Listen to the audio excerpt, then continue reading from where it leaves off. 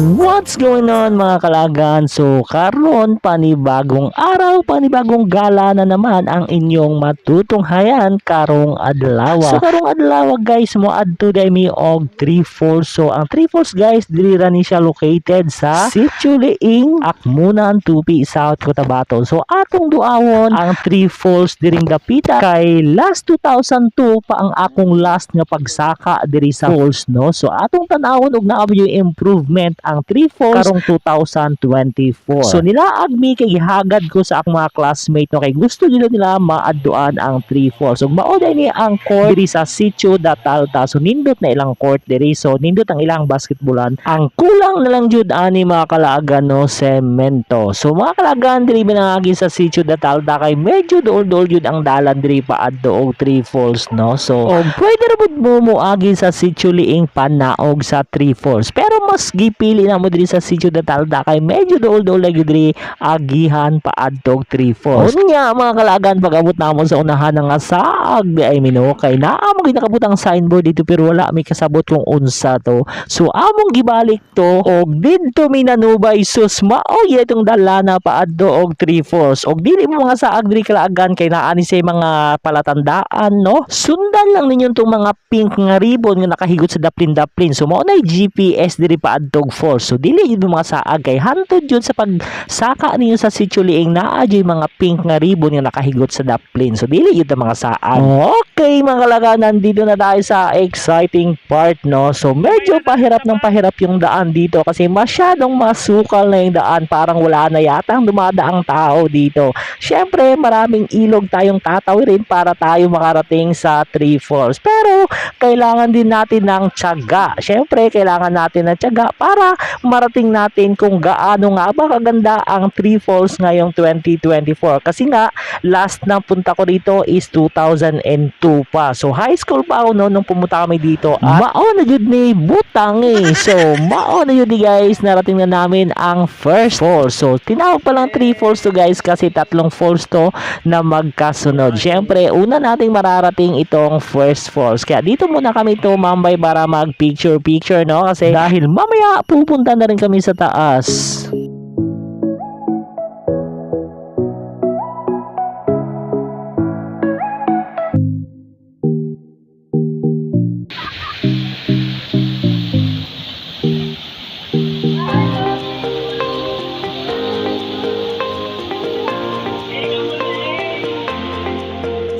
Unya mga kalagan, pag humana mo picture dito sa first falls ni saka dahil mi sa babaw. So ing ani ang dalan diri, no, medyo danlog yun ang dalan. So kinahanglan yun mag-ingat og mugunita sa mga ligon nga gunitanan para dili ta mga hulog sa ubos og dili ta ma-full sa uban. Ay joke. So mao ni ang iyahang tubig diri. So mao ni ang among ginakaliguan sa una, no, katong gaadto mi diri. So wala man gihapoy pagbag-o. Og unsa to sa una, mao lang gihapon karon.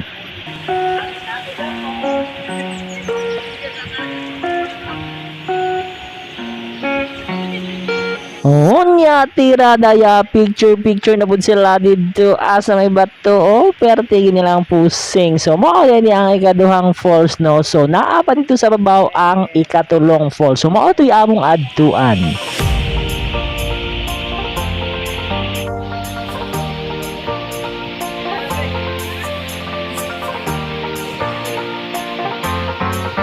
Sa dili ng dugay makalaga, nakaabot na gid mi diri sa ikatulong falls. So mao ni ang ginatawag og 3 Falls. So well known ni siya sa tawag nga 3 Falls kay tungod tulo ni siya ka falls diri. So og kinsay gusto mo adto ay magkabalaka mga kalagan kay libre ra ni diri. So libre ra kayo walay entrance diri, no. So bisita na mo diri sa 3 Falls diri ra na located sa Akmunan, Tubi, South Cotabato. Syempre magdala na rin kayo ng baon para hindi kayo gugutumin dahil medyo malayo-layo ang lakad papunta rito. Sa tansya ko mga kalaga, nasa 1.5 kilometers papunta dito sa Three Falls. So pwede rin kayong dumaan pabalik pag gusto nyong umuwi. Pwede rin kayong dumaan paakyat sa Three Falls para diretso kayo sa Sitio Leeng. Kaya lang medyo malayo na talaga ang lalakarin dahil mapapalayo kayo pag doon kayo dadaan. Pero kung gusto nyo naman, nasa sa inyo lang yan. Pero alam nyo ba mga kalagan, sa mga hindi pa nakakaalam, merong hot spring sa taas na nakakaluto daw di umano ng itlog. Ay, di umano. Sana all.